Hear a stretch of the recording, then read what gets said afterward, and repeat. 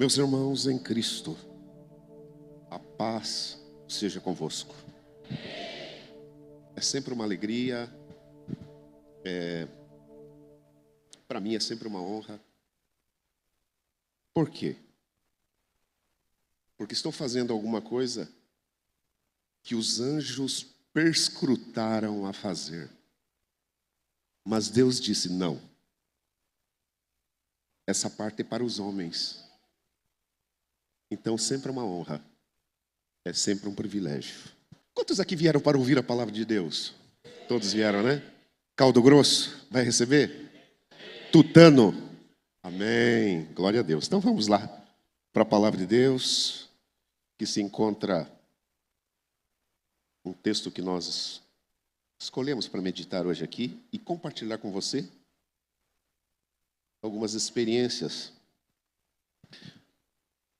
Evangelho de Jesus, na ótica de Mateus, capítulo 15 e versículo 29.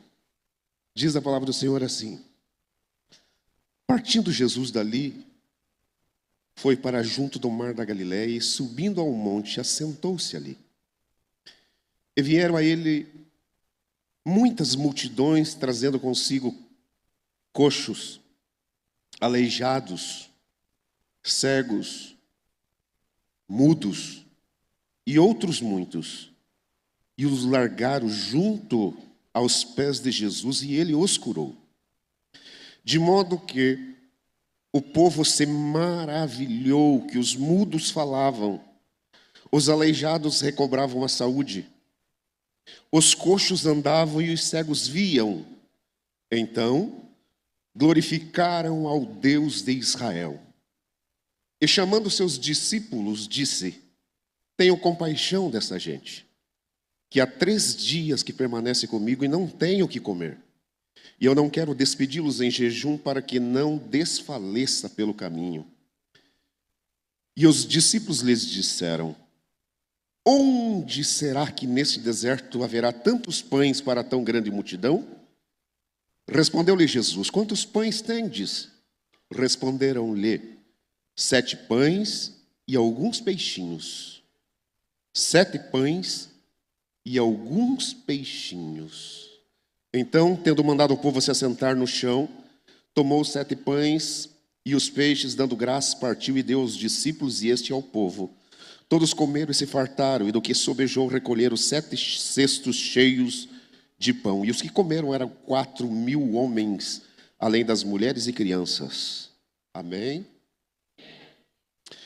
Pois bem, nós lemos um texto aqui que é muito conhecido, muito falado, muito pregado, muito ensinado e muito instruído.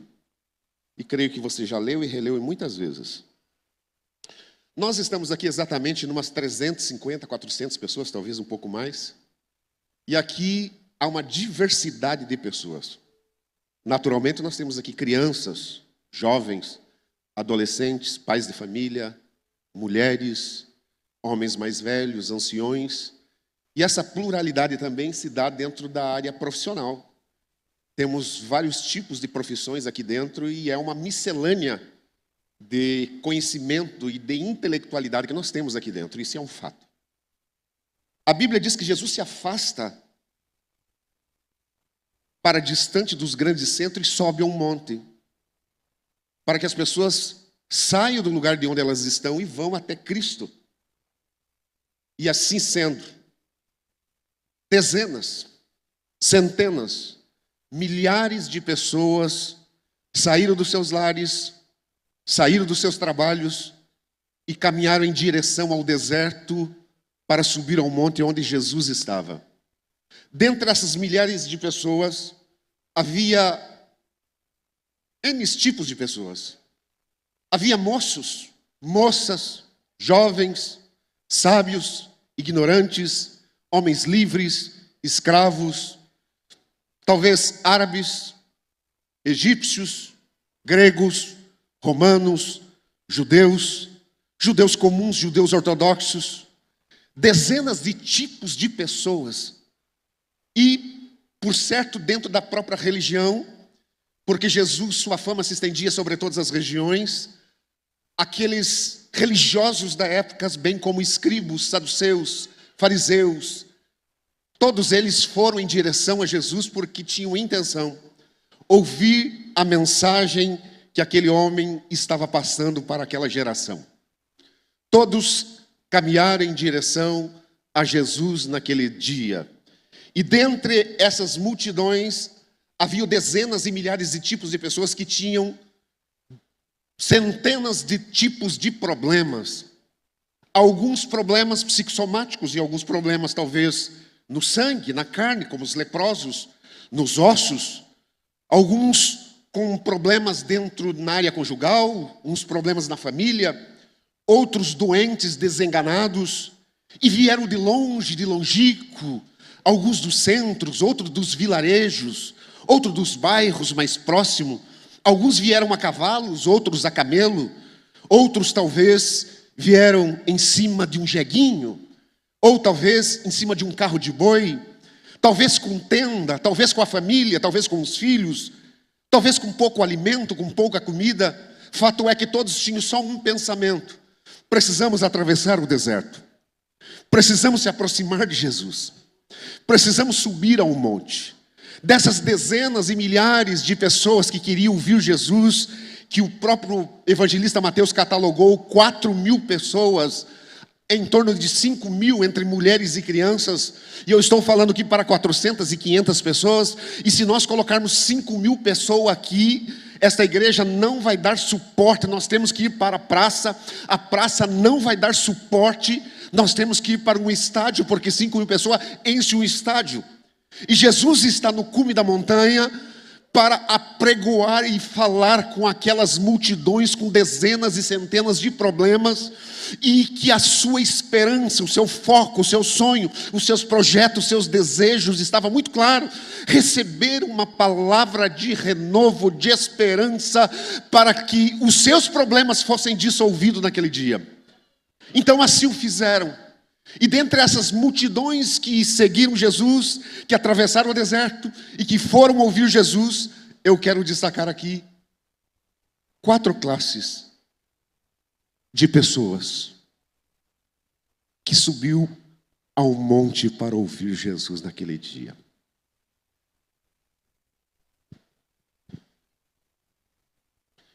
Destacar 4 classes de pessoas entre 5.000 não é tão fácil. Uma dessas classes, já quero falar, são os coxos. Quem são os coxos? Que classe de pessoa é esta? Os coxos é uma classe de pessoa que tem os seus pés, tem os seus tendões, tem os seus artelhos, tem as suas pernas, tem os seus braços, tem a sua estrutura mental biológica perfeita, tem tudo no lugar. Mas a diferença é que os membros do indivíduo não reagem. Ele tem os seus membros, mas os seus membros são ineficazes. A mente pensa, dá ordem, reaja, mas o coxo não anda. Faça, mas o coxo não reage. Anda, mas a sua estrutura dos pés não tem atitude. A mente quer, mas as pernas não fazem. A mente quer, mas os seus tendões não reagem. Essa é uma classe de pessoa que atravessou o deserto para ouvir Jesus naquele dia. São os coxos. E poderíamos dizer que nós podemos enxergar que há uma geração de líderes com dezenas e centenas de liderados, mas todos são coxos. Porque a cabeça pensa, faça, ele não faz. A cabeça diz, ore, mas ele não ora. A cabeça fala, leia a Bíblia, mas ele não lê a Bíblia. A cabeça fala, jejue, mas ele não jejua. A cabeça diz, vamos evangelizar, mas ele não reage. É uma geração de coxo que tem tudo, tem a sua estrutura perfeita, mas ela não reage. Ela precisa reagir. E para reagir, tem que atravessar um deserto e se aproximar aos pés de Jesus para ter essa estrutura biológica transformada. Então, quem são os coxos? Não são aqueles que têm a ausência de membros, mas que têm os seus membros e os membros são ineficazes.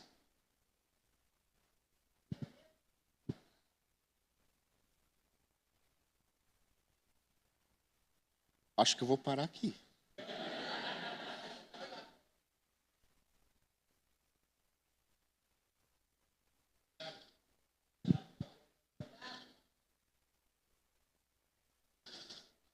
Aí alguém pergunta para o coxo. Coxo não consegue.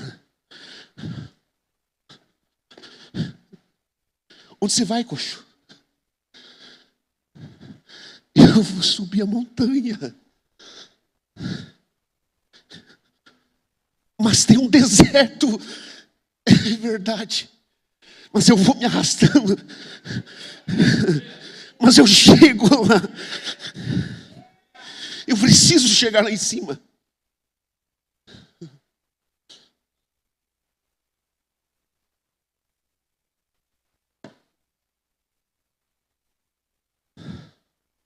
O problema estava nas pernas, nos tendões e nos artelhos. Mas não estava no seu mundo intelectual, no seu mundo virtual, na sua estrutura de comando. O problema estava ali localizado. Ele estava preso naquela cadeia, amarrado naqueles artelhos, mas a sua mente não estava. Sua estrutura não podia andar, mas a sua mente não, eu ando. Seus pés não se movimentavam, mas lá no fundo ele dizia, não, eu vou saltar montanhas, eu vou saltar muralhas, mas eu vou chegar lá em cima. Essa era a segunda classe de pessoa. Eu vou acelerar. Essa era a primeira, né? E a segunda classe de pessoas que subiu ao monte para ouvir Jesus. A segunda classe de pessoa que naquele dia tomou uma decisão acertada foram os... Estou vendo nada aqui, filha. Os cegos. Quem são os cegos? Que classe de pessoa é esta? Que tipo de indivíduo é esse? O cego, se você falar assim, olha, o Digão está com uma camisa marrom, mais pro amarelo, não vai saber. Se dizer para um cego assim, olha, cego, tem um arco-íris no horizonte e tem 7 cores. Vou descrever as cores para você, ele não sabe. Se conduzir um cego dentro de um jardim florido com centenas de flores de diversas cores e talvez entre lanternas rastejantes e dizer, nossa, é tudo amarelo, é tudo roxo. O cego não vai saber o que significa. Porque o cego ele vive somente no mundo. O mundo da escuridão. E todo cego, se não avisar que há uma escada, ele vai cair e vai tropeçar. Se não avisar que o solo é cheio de espinho, ele vai pisar no espinho. Se não dizer para o cego que há uma distância de 1 metro e se ele se lançar, ele cai. Ele não sabe, todo cego, ele tem que ser conduzido. Todo cego, ele tem que ser conduzido.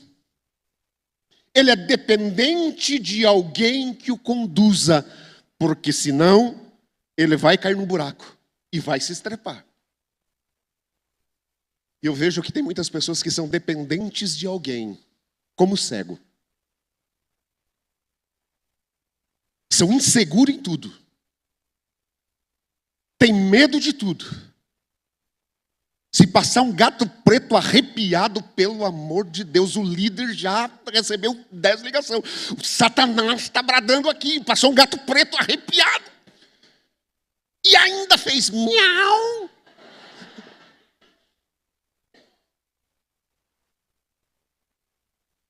Ele é dependente sempre. Dependente sempre. Sempre é dependente. Aí você olha para o cego e diz, coitado do cego. Mas ele é cego, mas ele não é? Ele é cego, mas não é?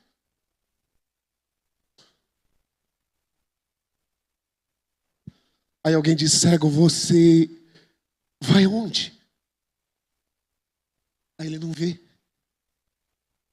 Acho que o único cego feliz que eu conheço é o Cleito Queiroz. Pense. Cego. Não vê, mas ouve. Aí ele escuta. Ele escuta o quê? Bate o teu pé direito levemente no chão e fecha os teus olhos. Mais rápido eles estão subindo ao monte. Assim. E ele diz, para onde vai essa prole? Alguém diz, está subindo a montanha. Por quê? Jesus de Nazaré está lá em cima. Então eu quero ir até a montanha. E alguém diz, mas tu és cego. Não me importa. Vou me arrastando. Vou ouvindo o barulho dos cavalos. Vou ouvindo o rosnar dos camelos. Mas subirei a montanha. E assim sucedeu com o cego. Terceira classe de pessoas que subiram ao monte daquele dia. Os mudos. Os mudos.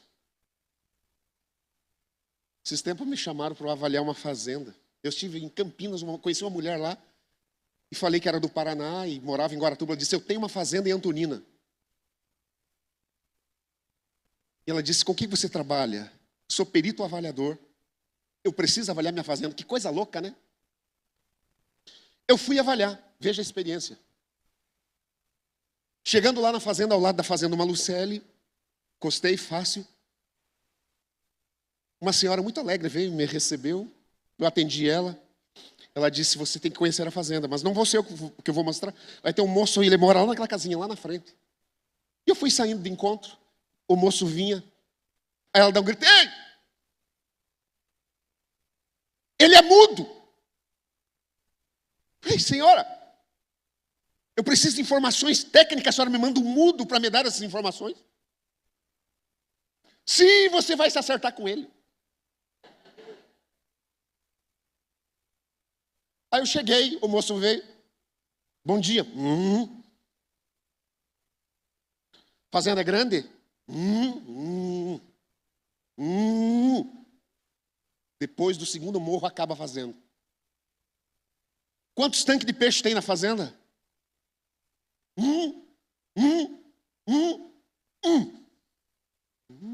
4. Quantas casas?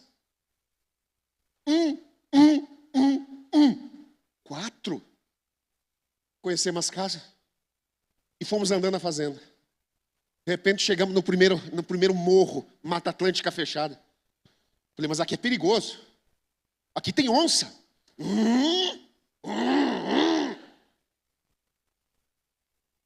Falei, mas você não tem medo?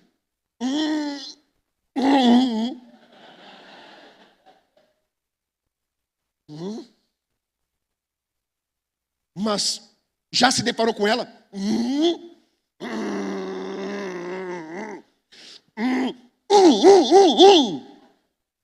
Você matou uma onça?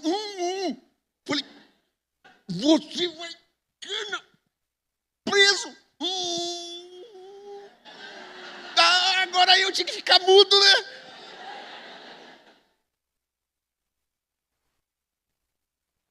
Me comuniquei com o mudo. Só que nos nossos dias hoje está se formando uma geração de mudos. Quem são mudos? Que classe de pessoas é essa? Pessoas que não têm duas coisas. Primeiro, comunicação e interação. Se quer ver uma geração de mudo, vai num shopping, na área de alimentação, peça um hambúrguer, senta e observa. Famílias inteiras sentam na mesa. Tem fala? Não tem. Todos atrás de um smartphone. Para falar tem que mandar um WhatsApp. Se for mocinha, está falando com algum coreano de algum lugar. Que está em alta, está na moda agora os coreanos. Até a Laura falou que quer casar com um mocinho de olho puxado. Falei, não, filha. O negócio é casar por aqui mesmo, com um brasileiro, raiz, crente, lavado, remido, que fala língua estranha e profetiza ainda. Aí, agora a geração é assim, uma geração de mudo. Faz o prato rapidinho em casa, corre para o quarto atrás do laptop. O pai perdeu o controle e a mãe perdeu o controle dos filhos, porque é uma geração de mudo, não há mais interação, não há mais comunicação. Isso é a maior falha desta sociedade, a maior falha dessa geração. A falta de comunicação. E você pode perguntar, pastor, o que está falando lá em casa? No almoço, estão todos meus filhos aí. É proibido pegar o smartphone, meu amigo. A hora do almoço é a hora de adorar a Deus, porque há um altar, há um banquete, há um sacrifício abençoado, e ninguém pode se ater a outra coisa. Hora do almoço. Há uma geração de mudos que não consegue mais dialogar. Eu vejo dezenas de meninos ao longo de dezenas de anos que estão na frente no evangelho e que não consegue mais ter aquela comunicação com os filhos. E o filho pegou uma certa idade, até chute na canela do pai ele dá. Ah, lá em casa, um jab e uma voadora.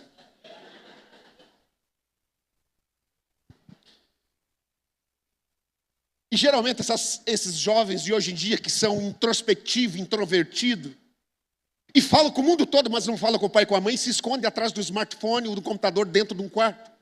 Geralmente esses moços são aqueles que estão com marquinha. Não se encontraram. Não olharam nos olhos da mãe. Não viram o futuro dos pais. Entram numa depressão profunda. Esmurra a parede. Se corta com estilete. E muitos vão a óbito. Sabe por quê? Tudo por causa de falta de interação e comunicação. Você tem que se comunicar com os teus filhos, você tem que se interagir com os teus filhos, você tem que ouvir os teus filhos, você tem que atender os teus filhos, e mesmo fazendo isso, convivendo, você ainda se depara com alguns dardos inflamados e alguns problemas que vêm de encontro à tua família. Essa foi uma geração. Era mudo. E agora imagine ele perguntando para o mudo, mudo, você vai aonde? Fazer o que, mudo? Vai atravessar o deserto? Vou atravessar o deserto. Vai subir a montanha? Vai chegar na presença de Jesus? Muito bem. Quarta classe de pessoas são os... Quem são os aleijados? Que tipo de indivíduo é esse? Não confunda aleijado com coxo. Hein? O coxo tem os seus membros, mas o membro é ineficaz. O aleijado teve os seus membros, mas por uma situação foi mutilado. Essa é uma classe de pessoa que se aproximou diante de Jesus. Os aleijados que teve os seus membros e os seus membros foram mutilados por uma situação adversa que aconteceu ao longo da sua trajetória de vida, um acidente, alguma coisa ou outra. Ele foi mutilado e se tornou um aleijado. Agora, sabe que uma coisa que mutila uma pessoa é que ela fica aleijada? Eu vou dizer uma coisa que hoje é um crime e que está muito notório diante dos nossos olhos. Assédio moral. Eu já sofri com isso, assédio moral. Eu sofri assédio moral de um engenheiro. Fui contratado por um engenheiro para fazer um projeto. de um prédio de 10 andares, e eu sofri um assédio moral terrível. Eu chegava em casa, não queria ver ninguém, desligava a luz, me escondia, trancava o quarto. O assédio moral, ele destrói a capacidade de resiliência do indivíduo, porque ele ataca no psique, ele te destrói de dentro para fora. E hoje há muito assédio moral dentro das empresas. Há muito assédio moral que tem destruído a capacidade das pessoas evoluírem, expandirem, maximizarem seus conhecimentos, porque foram infectados e afetados pelo assédio moral. E esses aleijados aqui, que foram mutilados, foi uma geração que quis subir um monte para ter a sua vida transformada. Hoje nós temos na África uma geração de mutilados. As mulheres, elas são mutiladas para não ter prazer, para não dar prazer para o homem, ou não ter prazer com o homem. Imagine isso. Na Síria, Deus me deu o privilégio de conhecer Damasco, uma das cidades mais lindas do mundo antigo. A Síria está completamente destruída e há uma geração de mutilados. Na África, os meninos, muitas regiões, muitos países da África, só com uma perna ou só com um braço, o menino vai jogar bola. Numa guerra civil que teve há anos atrás, esconderam uma mina, o menino chuta a bola, a mina explode, ele fica sem a perna. Há uma geração de mutilado. E essa geração de jovens aleijados tomaram um posicionamento. Qual é? Subamos a montanha, vamos atravessar o deserto. Queremos ter as nossas vidas transformadas. Queremos ver Deus operando em nossas vidas.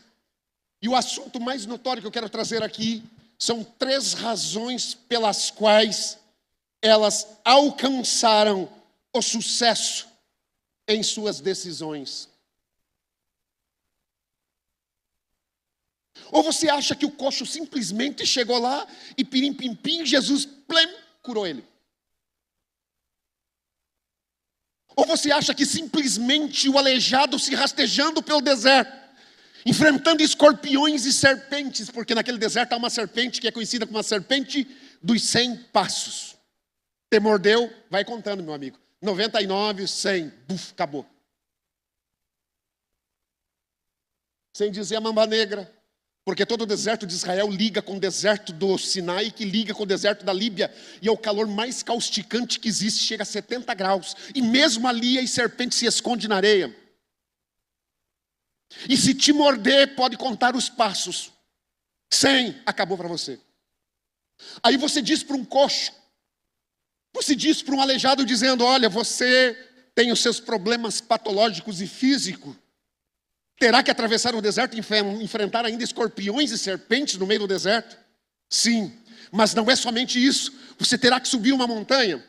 E quando você vê na Bíblia montanha, montes, montanha, você logo configura as nossas montanhas do sul, verdejante. E se sair no meio da montanha ainda você corta um cacho de banana e passa o dia lá. Amigo, não tem isso lá. Lá as montanhas é só pedra, pedra, pedra, pedra, pedra e só pedra.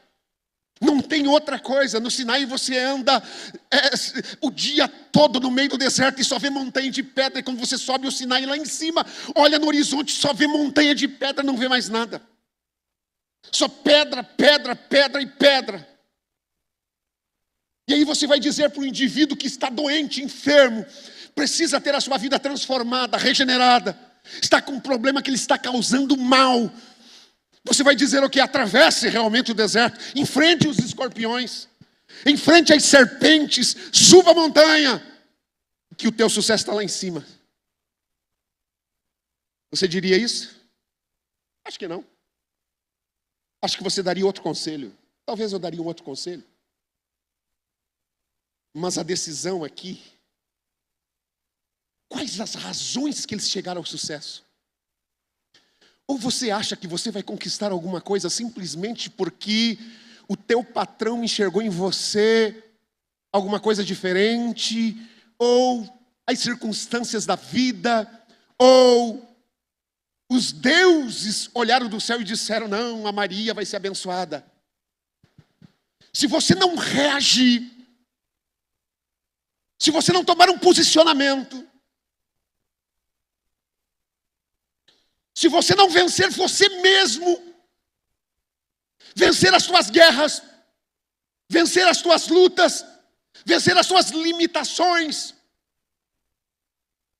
e dizer: não, Deus é comigo, Jesus está lá, há um deserto, vou passar por esse deserto, porque Deus fará um milagre na minha vida.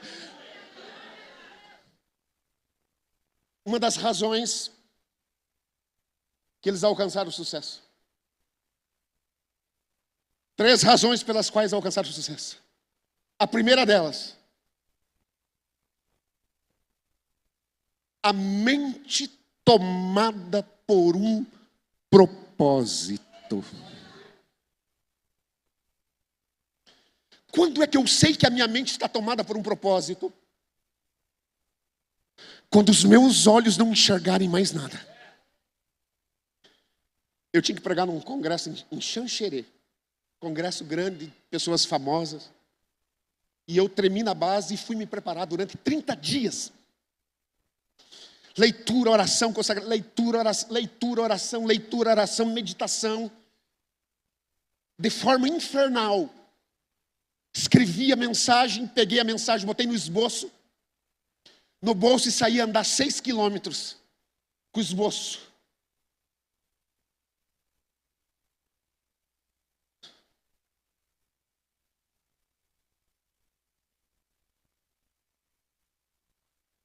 De repente, quando eu chego na Praia Central, dezenas de pessoas com câmera fotográfica. E eu tomei um susto. Passa uma moça por mim com a câmera.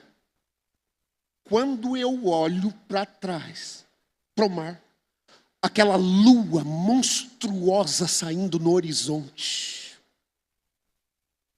Por que eu não vi?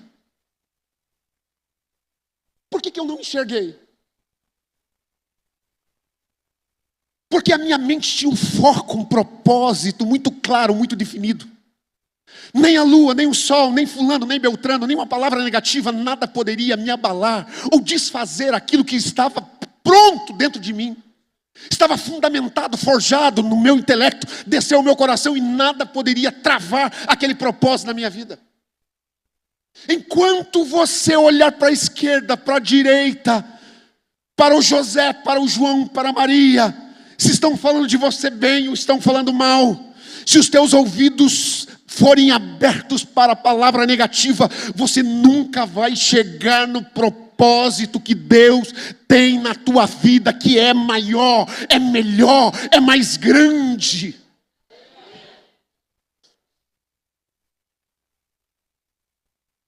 Propósito claro, mente tomada por um propósito. Você sabe que o Steve Jobs, você tem aí um smartphone na mão? O Steve Jobs,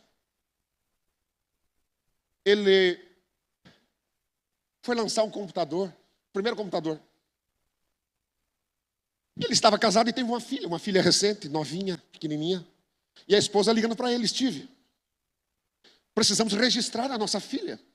Precisamos registrar a nossa filha, é lógico. Passa-se um dia nada, 2 dias nada, uma semana nada. Steve, precisamos registrar a nossa filha. Sim, podemos. Quando? Sexta. Ele iria lançar o primeiro computador no mercado na segunda-feira. Quando chegou na frente do cartorário, a mulher olha para ele: Steve, é Rose?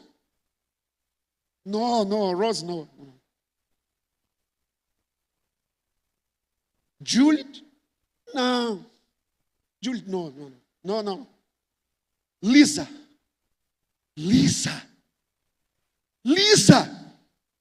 Esse é o nome dela, Lisa. Pronto, Lisa. Como é o nome do primeiro computador que saiu no mercado da Macintosh?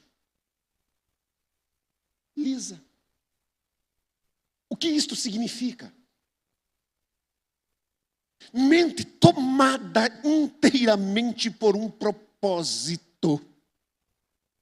Mente tomada inteiramente por um propósito. O propósito de Deus desta igreja para você não é ser líder de célula, se for amém. O propósito de Deus para você nesta igreja é trazer almas aos pés de Cristo. Use a célula como uma ferramenta para trazer aqueles que estão mendigando e dizendo: Deus, eu preciso de uma migalha. Porque eles não querem um banquete, eles querem uma migalha. E Deus dá de graça um banquete. Mente tomada por um propósito. Mente tomada por um propósito. Enquanto a tua mente não for tomada por um propósito, teus projetos não se concretizam. Porque quando a tua mente estiver dúbia, bifocal, cocheando em dois pensamentos, como diz Elias para os profetas, você não vai chegar lá. Porque se existe uma coisa que a fé não impera, é na dúvida. A dúvida é o entrave da fé. E você não pode ter dúvida. Segunda razão. Sim, filha. É chá? É de laranjinha? Ah, então eu bebo. Ah, é com limãozinho. E é de laranja mesmo. Limãozinho. Segunda razão. Porque esses homens, com todas as suas debilidades, alcançaram sucesso. Atitudes firmes.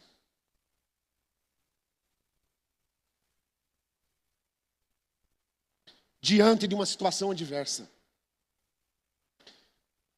Provérbios 24, 10, 12 sintetiza exatamente isso.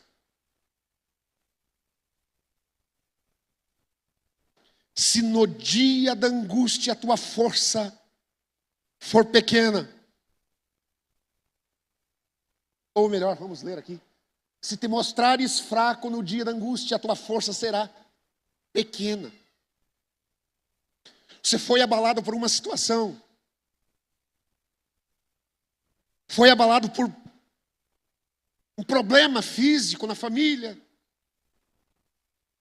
Aí que você vai se mostrar se você está exercendo um papel de liderança ou de alguém fraco, moderado. Veio o vento, derrubou a tua casa toda. Olhe para Jó.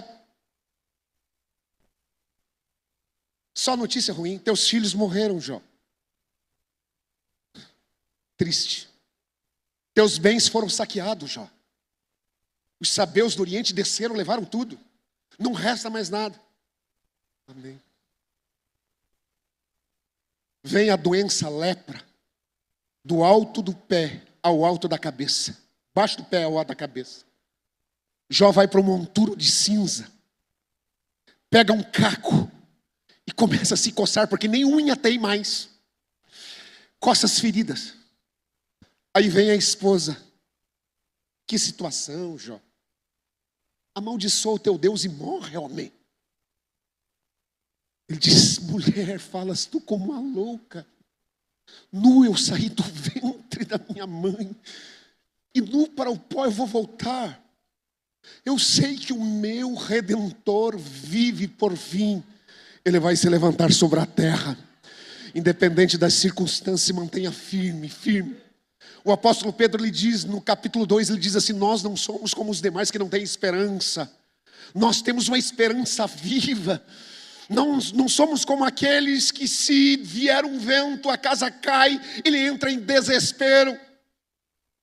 Arma uma barraca na frente da prefeitura e exige que a prefeitura construa uma casa para ele. Não, arregaça as mangas, junta os pedaços, os cacos e diz: não, vamos refazer a casa. Vamos reconstruir aquilo que foi destruído. Ser firme nos momentos de dificuldade, no momento de luta, nos momentos que o vento sopra. Ser firme em situações adversas. E terceiro passo, suportar os processos de transição. A transição nunca é fácil. Suportar os processos. Esse processo é deserto, é espinhoso, é doloroso. Você tem que renunciar. O líder tem que aprender a lidar com estas situações. E você tem que liderar primeiro dentro da tua casa. Exercer liderança. Às vezes não é uma palavra que vai nortear um líder, mas é um joelho que se curva e se dobra diante de Deus. Fui visitar o meu irmão antes de ontem. Está com câncer no erasto avançado. Situação que vem 8 anos já sofrendo. E chegamos ali com meu pai, naquele hospital com várias pessoas, numa situação terrível. E eu falei, eu sou limitado aqui. Vou fazer o que Jesus me ordenou. Falei, meu pai, coloca a mão sobre a cabeça do meu irmão. Os médicos ali, aquelas pessoas todas. E eu dobrei meu joelho ali, peguei os pés dele, coloquei no meu colo e disse, Deus, por clemência,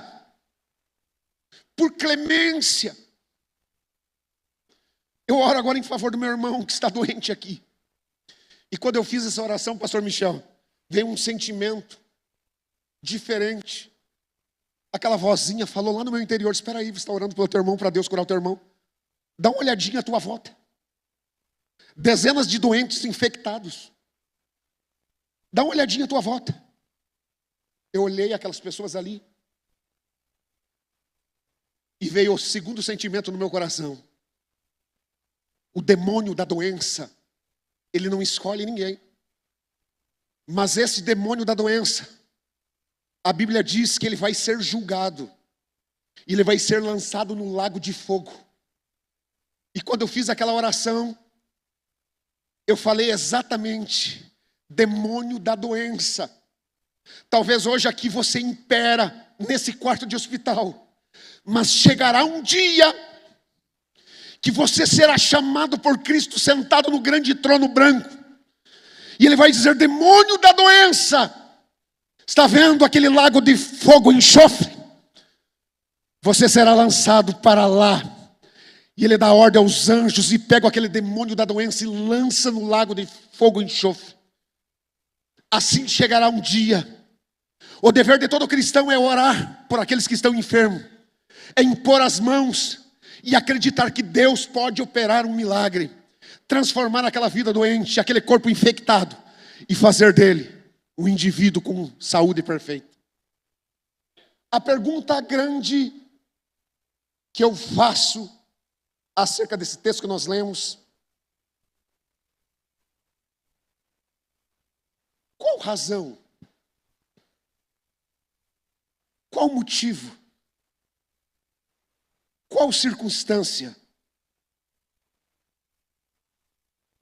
que eles alcançaram sucesso para uma situação tão difícil e tão degradante?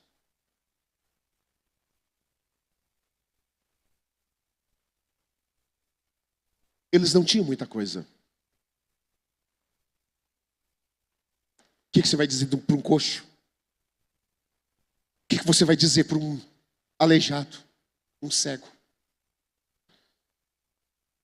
Mas eles tinham uma fagulha. Eles tinham uma sementinha. Eles tinham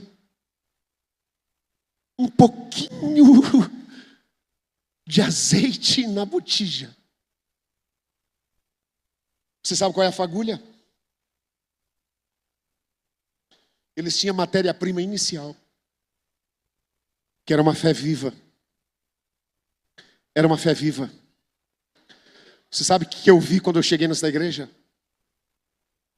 Eu vi 3 coisas. Primeiro, simplicidade. Segundo, humildade. Terceiro, amor. E eu enxerguei nos corações das pessoas simples uma fagulha de fé viva.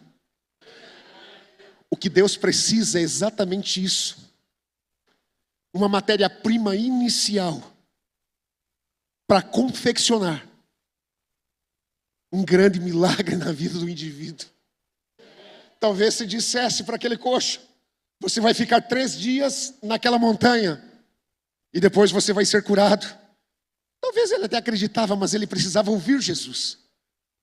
Imagine que eles ficaram 3 dias. Primeiro dia, chicote de manhã, de tarde e de noite. Segundo dia, chicote de manhã, de tarde e de noite. 3 dias sobre uma montanha, amado. Se eu subi aquela montanha com tênis Nike. Quando eu desci, eu estava sem unhas no pé. Tudo preta, caíram todas. Porque saímos a 11 da manhã para chegar, a 11 da noite para chegar às 6 da manhã. A subida até vai. A descida você volta freando. Eu perdi todas as minhas unhas do pé. E aí você diz assim: mas pastor João, fácil. Calcule 85 anos na vida de Moisés, subiu 3 vezes o Sinai para receber a tábua da lei. Quando eu cheguei ali naquele lugar, sem unha no pé, eu não acreditei no que vi. Minhas unhas caíam. Agora, dizer para o indivíduo, aleijado, cego, coxo, como é que você vai chegar lá? Eu vou chegar lá.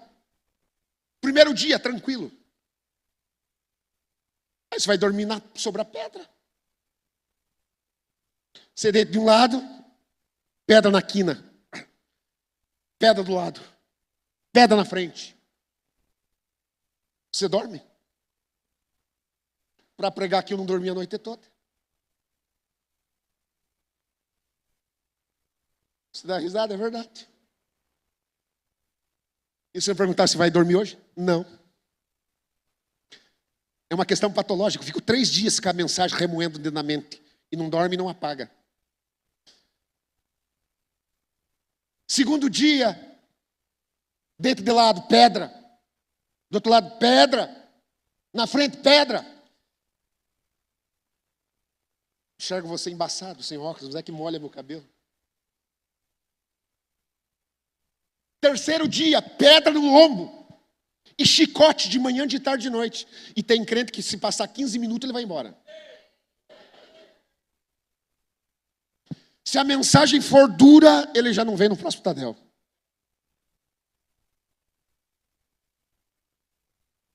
Se o pastor olhar torto, pronto, perdeu a ovelha. 3 dias sobre a montanha, dormindo sobre a pedra. À noite, sabe o quê? Se aquietar no frio, porque lá naquela região, a noite é 0 grau, meu amigo. De dia, 45 graus na cuca. Calor causticante, tem sombra? Não tem. Não é como as montanhas daqui, lá é escarpelado, é só pedra. Noite frio, fica ali, não dá para dormir. Dia calor, e o Cristo pregando, e o povo não arreda o pé. Terceiro dia, ninguém dormiu. Comida escassa. Não tem comida, não tem onde comprar, não tem água, e tem que ficar firme ali. E Jesus olha para a multidão e aí ele tem uma percepção que só o mestre tem. Qual é? Ele diz: eu tenho compaixão desta gente, porque nós estamos num lugar árido e deserto e não há pão para todos comerem. Onde vamos resgatar tanto pães para essa multidão? E alguém diz: espera aí. Alguém tem 5 pães e 2 peixes. O que vai dar para uma multidão? Há tanta fartura no nosso país, no nosso estado, irmãos, que nós damos pães para os cachorros, para os porcos, sobra. Um outro ainda passa dificuldade. E ainda nós temos fartura para acumular alimento e doar e dar para quem quer. A escassez fora, principalmente em algumas regiões da África e no próprio Oriente, onde a água é escassa. O alimento é escasso. E quando você lê na Bíblia lá, que a viúva deu um copo de água e um pedaço de bolo. Para o profeta ela deu algo valiosíssimo, tudo que ela tinha. Quando você vê na Bíblia que não chovia há 3 anos, pense que nada de verde sobre a terra restou, senão madeira seca, e os animais mortos, e os abutres, nuvem de abutres pairando sobre os animais mortos, para saciar a fome, porque a escassez era extrema. Agora, no 3º dia, Jesus diz o quê? Eu tenho piedade dessas pessoas que não têm o que comer. O que fazemos? 5 pães e 2 peixes. Aí Jesus pega aqueles 5 pães e 2 peixes e levanta para o céu e dá graça. Aí eu te pergunto, era pouco? Sim ou não? Não ouvi. Era pouco? Sim. Jesus ainda pega aqueles pães e faz o quê? Parte. Dezenas, centenas e milhares de pedaços. Cada um pegou um pedacinho assim. E a Bíblia diz que os discípulos distribuíram em todos, saciaram a fome. Sobrou um pouco? Sobrou ou não? Sobrou. A Bíblia diz o número. 12 cestos cheios de pães. Milagre da multiplicação. Aprenda uma coisa. Enquanto você não pegar o pouco que Deus te deu, levantar aos céus e dizer: Deus, é pouco, mas eu coloco nas tuas mãos. Enquanto você não pegar a tua casinha de madeira caindo os pedaços e dizer: Deus, é uma casinha simples, mas eu coloco debaixo das tuas mãos. Enquanto você não pegar o teu carrinho velho e colocar diante de Deus e dizer: Deus, é um carrinho velho, mas eu coloco debaixo das tuas mãos. Ele nunca vai te dar algo melhor. Nas férias eu sempre tive uma ideia. Se os meus filhos entrassem de férias, eu vai ler um livro nas férias. Comprava o livro, vai ler outro livro nas férias. E eu pegava um livro e ia ler nas férias. E li um livro maravilhoso. Indico para vocês. O livro relatava a história que a senhora ganhou 5 quilos de batata. E ela pegou essas batatas e disse: filha, está aqui. Descasca para mim, por favor, para nós fazermos um almoço.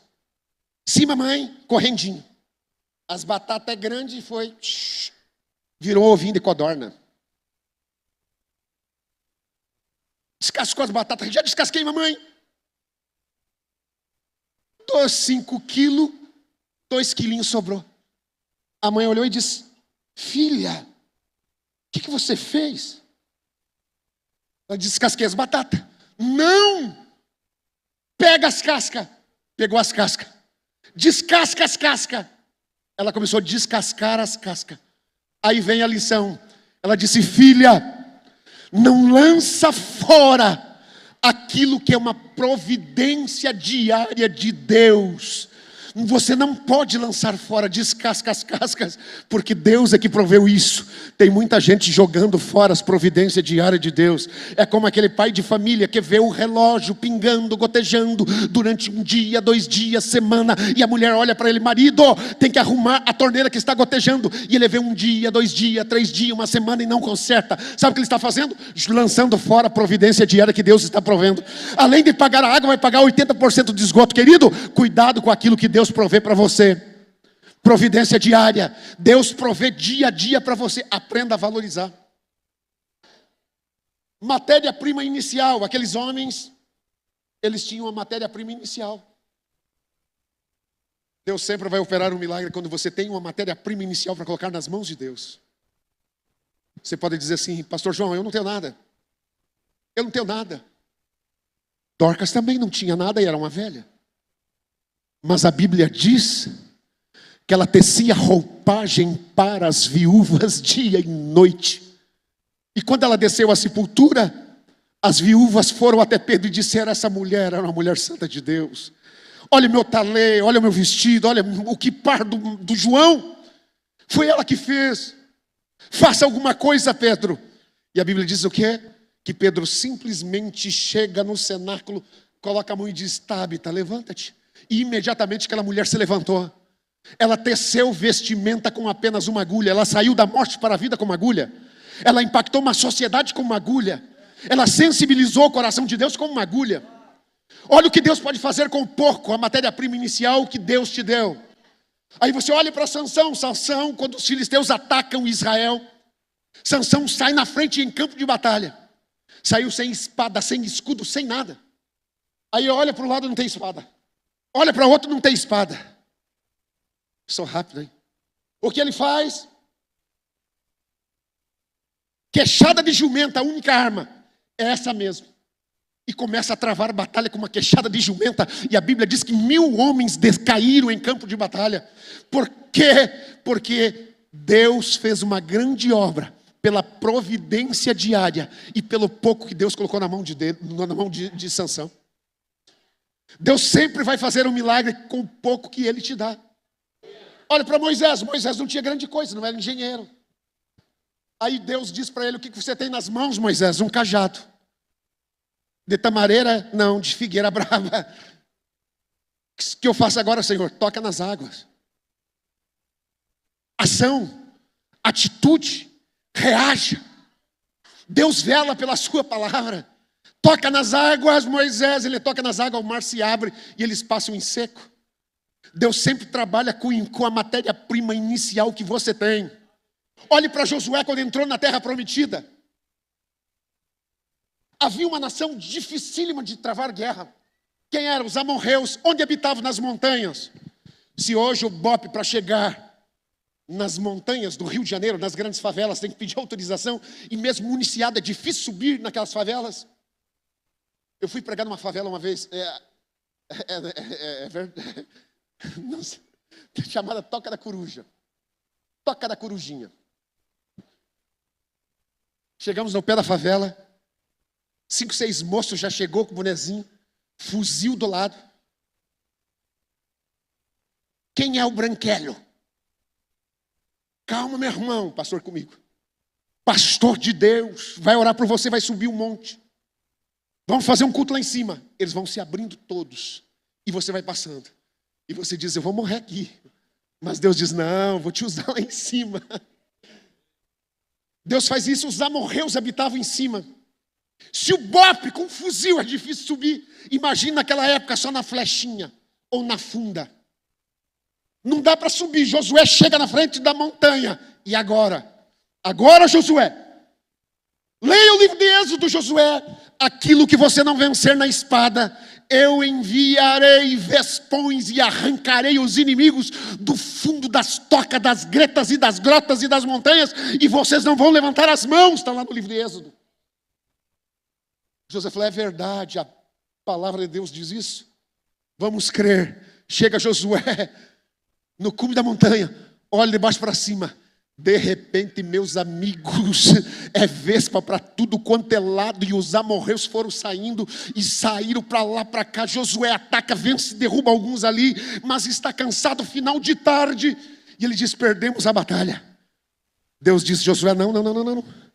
Vai em frente, Josué, vai em frente. Quando Josué olha que interessante, irmãos, a Bíblia é extraordinário. Deus manda meteoritos. Olha que coisa. E a Bíblia diz que a maioria daqueles que morreram foi pelos meteoritos que Deus mandou. Incrível que morrem os amorreus, mas o povo hebreu não morre. Olha só, cai um amorreu ali na frente, e Josué com a espada. Cai outro ali, e Josué com a espada. E os reis, 5 reis fogem. E Deus diz: Josué, cansou sim. Segue em frente e persegue. Se fosse eu, já estava deitado descansando, tomando uma água de coco. Vai em frente. Quando Josué não aguenta mais, O sol estava se pondo, a lua estava nascendo. Ele levanta um clamor, que foi conhecido, é conhecidíssimo no mundo hebreu, no mundo judeu, no mundo árabe. Que clamor é esse? Sol, detente no vale de Adialon. É tua lua. Para no vale de Adialon e no vale de Gibeão. E isso ficou notório no mundo, porque este clamor Deus ouviu do céu. O sol parou, a lua se deteve, e agora aqueles reis foram desbaratados. Deus sempre trabalha com uma pequena matéria-prima inicial. Não me diga que você entrou nesta igreja e Deus não vai lhe usar. Não, de forma alguma. Não me diga que Deus te escolheu, escreveu o teu nome no livro da vida, te lavou com o seu sangue, redimiu dos teus pecados, para você ser apenas um membro de banco e nada mais. Não. Deus colocou dentro de você uma fagulha. Deus colocou dentro de você uma fagulha acesa, e você não vai parar por aí, não. Deus vai te levantar nesta terra. Deus vai te levantar nesta igreja. Escute o que eu estou te dizendo. Quando você levantar as mãos, os demônios cairão por terra. Escute o que eu estou dizendo aqui. Quando você tocar no enfermo, Ele vai te usar para curar o enfermo, porque Ele te escolheu para fazer a diferença. Porque dentro de você existe uma matéria-prima inicial.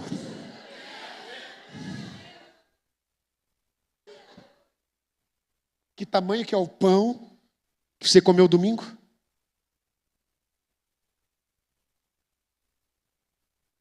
Que tamanho que é uma abelha que destruiu os amorreus? Que tamanho que é uma fagulha de meteorito que destruiu todos os amorreus? Que tamanho que é a fé de Pedro que andou sobre as águas? Isso aqui.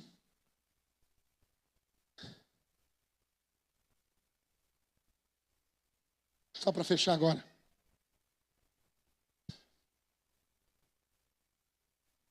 Nós vivemos um período no campo missionário.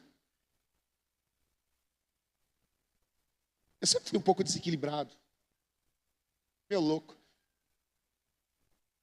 pastor Michel foi assim, acho que é até hoje. É, né? Eu expulsava demônio na porta da minha casa, a Cristiane expulsava outro lá na cozinha. Oração era loucuragem. Dobrava os joelhos e se esquecia de levantar, literalmente. Quando via já era tarde. Ou às vezes dobrava os joelhos 6 horas, quando via já era meia-noite. E eu fui fazer um culto numa casa, 7 quilômetros de distância, e tinha que ir a pé, e o meu sapato estava furado, e eu tive que colocar forro. Preguei a palavra e houve a conversão, voltei feliz. Com aquele terno preto escuro, gravata preta, igual um urubu, andando naquele trilho de trem. Bíblia Thompson desse tamanho, debaixo do braço, e vindo feliz cantando. De repente, meu querido, toda a alegria foi embora, porque o céu se enegreceu. Preparou uma chuva e começou a chover.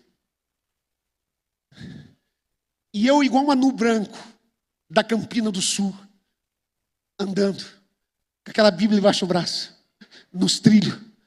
Aí o meu corpo começou a ficar molhado, o sapato, o forro do papelão foi embora e as pedras começaram a agredir meus pés. E eu comecei a andar e praguejar, dizer: o que eu estou fazendo nesse buraco? Eu não tenho sapato para pôr nos pés. Meu filho vai de pantufa para a igreja porque não tem um tênis, não tem um sapato. O que eu estou fazendo aqui? Me veio uma depressão terrível. E eu sentei na beira do trilho do trem, fiquei ali parado questionando Deus, dizendo: olha a minha situação. O que tu me trouxeste para esse buraco, literalmente, o que eu estou fazendo aqui? E a chuva caindo, aquela tempestade. E quando eu sentei, fiquei ali, encurujado, quietinho, falando, praguejando contra Deus. Um sabiá começou a gorjar atrás de mim. E quanto mais eu dizia, o que eu estou fazendo aqui? Aquele sabiá, pipipi, pipipi, pipipi, pipipi. E quanto mais eu falava com Deus, mais o sabiá, pipipi, pipipi, pipipi, pipipi. E eu dizendo, olha a minha situação, não tenho sapato. Moro numa casa que nem banheiro tem. Não tem forro. Não tem sarrafo. Não tem tinta. E o meu filho não tem calçado. Falando com Deus. E de repente aquele sabiá pipipi, pipipi, pipipi, pipipi. Eu procurei uma pedra, falei, não é possível. Procurei uma pedra. Peguei a pedra. E comecei a procurar o sabiá. Veja a cena patética.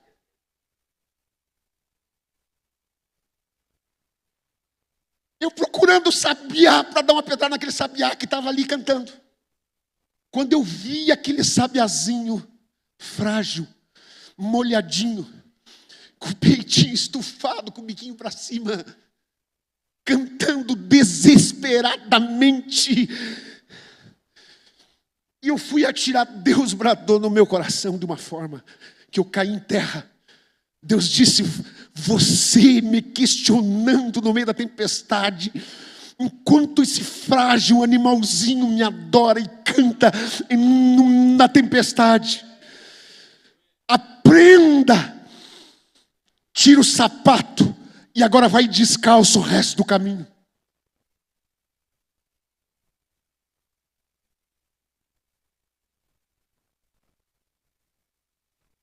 Adorar a Deus quando você está próspero e abençoado. Ser fiel enquanto você sente a presença real, genuína, verdadeira de Deus trabalhando na tua vida. Cantar louvores no meio da tempestade, como o sabiá. Será que você consegue fazer isso? Aqueles 4 homens acharam dentro de si uma matéria-prima, que foi uma mola propulsora para que eles conseguissem ter sucesso, êxito em suas missões. Agora, sorrir, se alegrar quando tudo está bem. Não. Deus te convida para você cantar louvores no meio da tempestade. Deus te convida para você desenvolver, engendrar dentro de si a pouca fé que Deus colocou dentro de você. Porque você fará milagres com aquilo que Deus colocou dentro de você. Você vai ser usado dentro da célula, ainda que seja um pouquinho de fé, mas é ela que vai fazer a diferença. Ainda que seja um pouquinho de conhecimento, é ela que fará a diferença. Você sabe quando o Davi, na nossa célula, foi assumir a célula e eu sentei do lado dele. Pastor, isso é lindo. Cadê o Davi? Ô Davi, fica de pé, senão ninguém te vê, homem.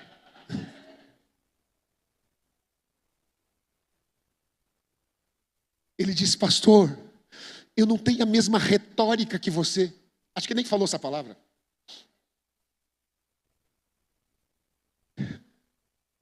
Você me ajuda? Ele com a folhinha assim. Eu falei, meu filho, essa pureza é a maior beleza que você tem. Essa singeleza e simplicidade é a maior ferramenta que você pode ter contra o inferno. Usa ela. Eu estou do teu lado sempre, estou aqui. Usa ela, é com ela que você vai fazer a diferença. Você não precisa ter uma espada como Sansão, você tem uma queixada do lado. Você não precisa ter um vernáculo de conhecimento, um cabide teológico, que as pessoas possam olhar e dizer, bate, como gaúcho. Mas que barbaridade.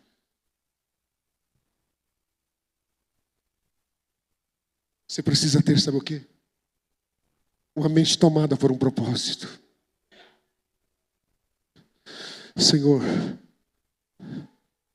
eu não tenho, mas Tu tens.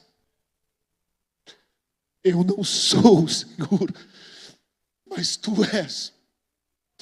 Eu não posso, mas Tu podes.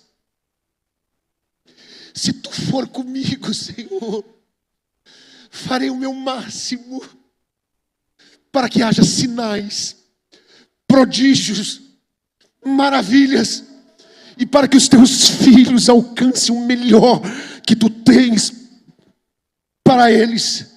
Me usa como um vaso, o mais frágil, mas me usa. Eu quero ser usado por Ti.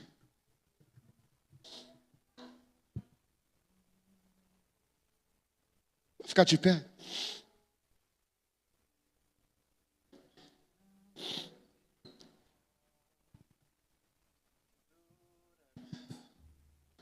Querido, escute muito bem o que eu vou dizer agora.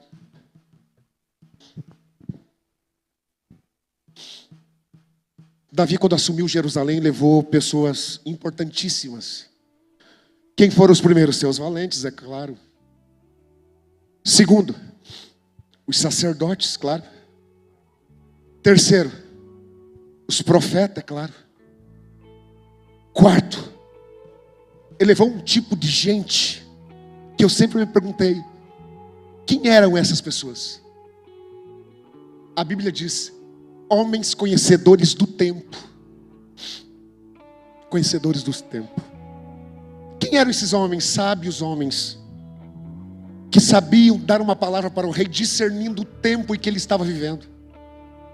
Quais eram as nações que estavam se levantando? Qual era a força bélica do seu tempo? Quais eram os investimentos necessários para dar uma pujança para uma geração futura? Esses homens eram esses.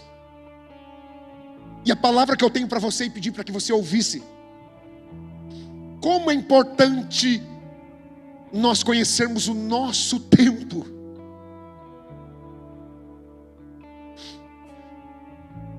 Eu fiquei 20 e poucos anos no mesmo ministério. Sempre fui fiel. Optei por estar aqui por uma razão: uma visão sólida, um propósito nobre. E a opção que eu fiz foi gastar o resto dos meus dias, que Deus ainda vai me dar, por esta causa, sem medo de derramar lágrimas, sem medo de furar sapato, sem medo de me entregar. E se você não tem ainda a tua mente tomada por este propósito, se você ainda não tem essa ideia clara e definida e não conhece o seu tempo, é hora de se posicionar. Eu não estarei sexta aqui, senão estaria aqui buscando, gritando, clamando, orando, saltando, falando em línguas, profetizando.